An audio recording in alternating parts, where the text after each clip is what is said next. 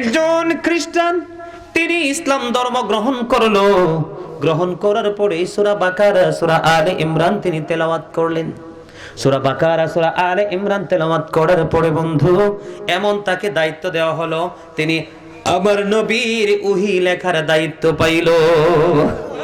কি ওহী লিখতেন আমার নবীর বন্ধু, ওহী লিখতেন। ওহী লিখতে লিখতে হঠাৎ করে আবার সে তার ধর্মে ফিরে গেল, নাউজুবিল্লাহ। আবার আমাদের ধর্মটা সে কি করলো? ইসলাম ধর্ম ত্যাগ করে সে পুনরায় এখান থেকে ফিরে গেল। ফিরে যাওয়ার পরে নবীর শান, আমি নবীর মর্যাদা আপনাদেরকে বুঝাইতে চাই বন্ধু, বুঝে নেবেন বিবেক খরচ করে। এবার তিনি কি করলেন? এখান থেকে ফিরে গেলেন।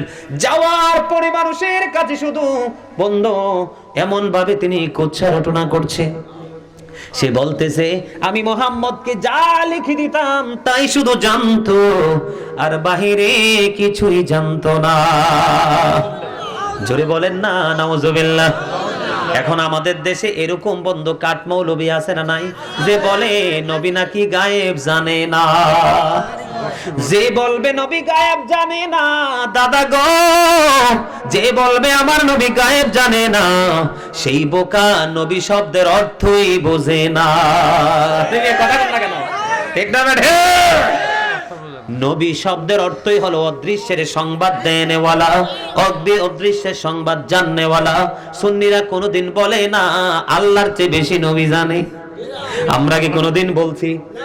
আমার আল্লাহ রাব্বুল আলামিনের খবর আপনার আমার প্রাণের নবীর কাছে যখন বন্ধু আসলো, এখন আমি নবীর সম্মান নিয়ে যদি একটু কথা হয়, আমি পরে যাব বন্ধু, এটাকে শেষ করি। আমার নবীর কথা কি বলতেছিলাম?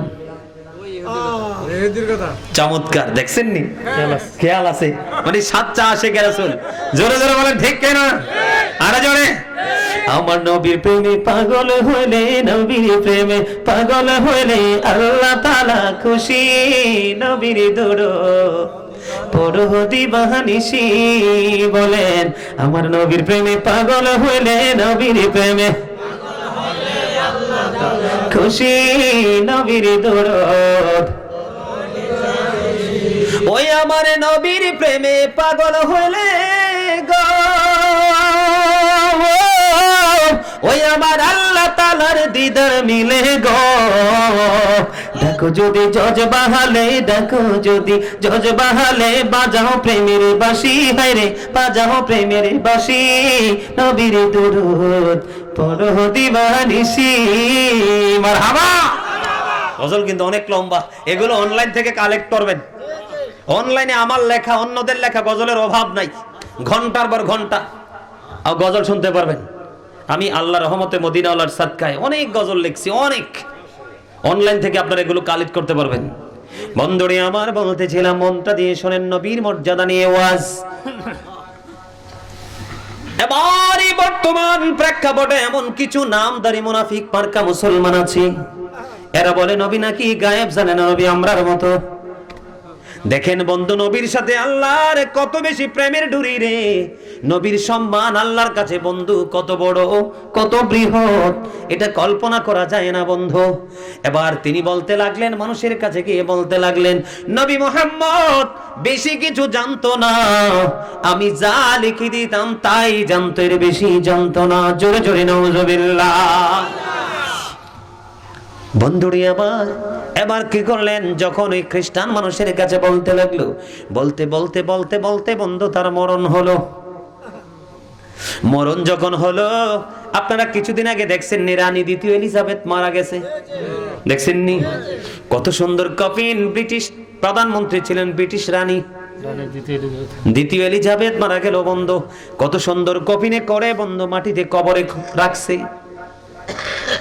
ঠিক সেই রকম ভাবে ওই তৎকালীন সময় বন্ধু খ্রিস্টানকে মাটিতে দাফন করা হলো।